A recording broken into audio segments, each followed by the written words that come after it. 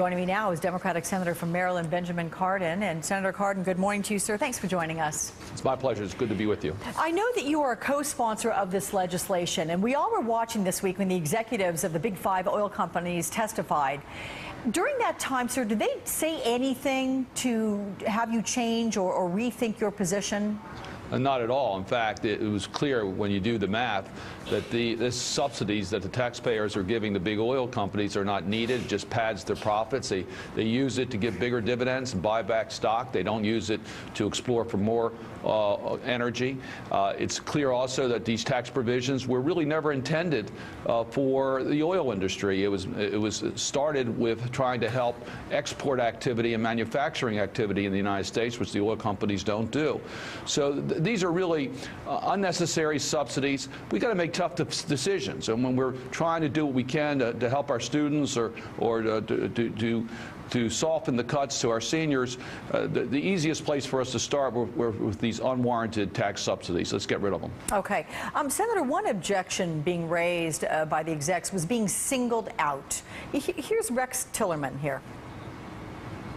I'm not sure that the newspaper companies are exporting dominantly their newspapers. My only point is, if you want to get rid of this, just get rid of it across the board.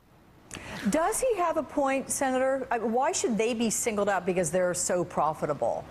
That was in response to my question to him. No, the manufacturing tax credits that we're giving, that we're talking about here, the lion's share go to companies that are manufacturing products that we hope will get into the international marketplace. The oil industry is the largest recipient of these tax breaks, which really have nothing to do with an exported product. And the oil industry is making these huge profits, $35 billion in the first 3 months. Now, you know, we're hurting. The people trying to fill up their tanks with gasoline are hurting. Our economy, we need to balance our budget. Everybody needs to help in this regard. And the oil industry, I think it's outrageous that they want to continue these subsidies. Okay, but I guess the question is, are they an easy target? And as your colleague from the other side of the aisle, Senator Orrin Hatch, well, you may have heard him say he called this hearing a dog and pony show. I mean, does the legislation actually have a chance of passing? Oh, I think so. We got to make some tough decisions. We got to balance the federal budget. I think everyone recognizes that, and we're going to be asking everyone to contribute. I mean, we already saw the cuts in our domestic spending. We're going to be looking at military spending, and we're going to be looking at our mandatory spending. The least we can do is take these tax breaks that were really never intended for the oil industry and use that to help balance our budget. Is there an element to this having been, though, a dog and pony show? Because everybody, as you correctly say, is so angry about gas prices. Was it easy to bring the oil execs up there and put them on in front of the country? I don't, look, what we're trying to do is do what's right and what's fair.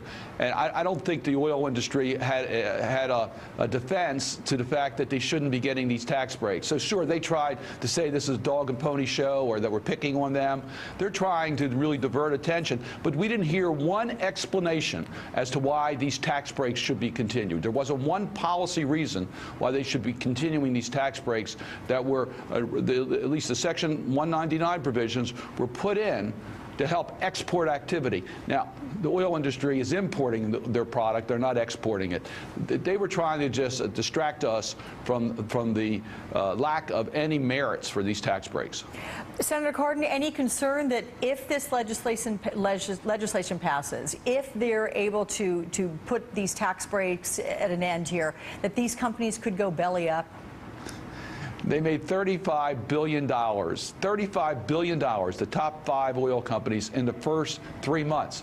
Oil prices are going up, and they're making more money. They made more money in these 3 months than they did the 3 months of last year. They're on pace to break last year's records of profits of $125 billion by going up over $140 billion in profits. We're talking about $4 billion of taxes a year. No, there's no danger of that at all. I was wondering when you were going to get around to saying no. All right, thank you very much.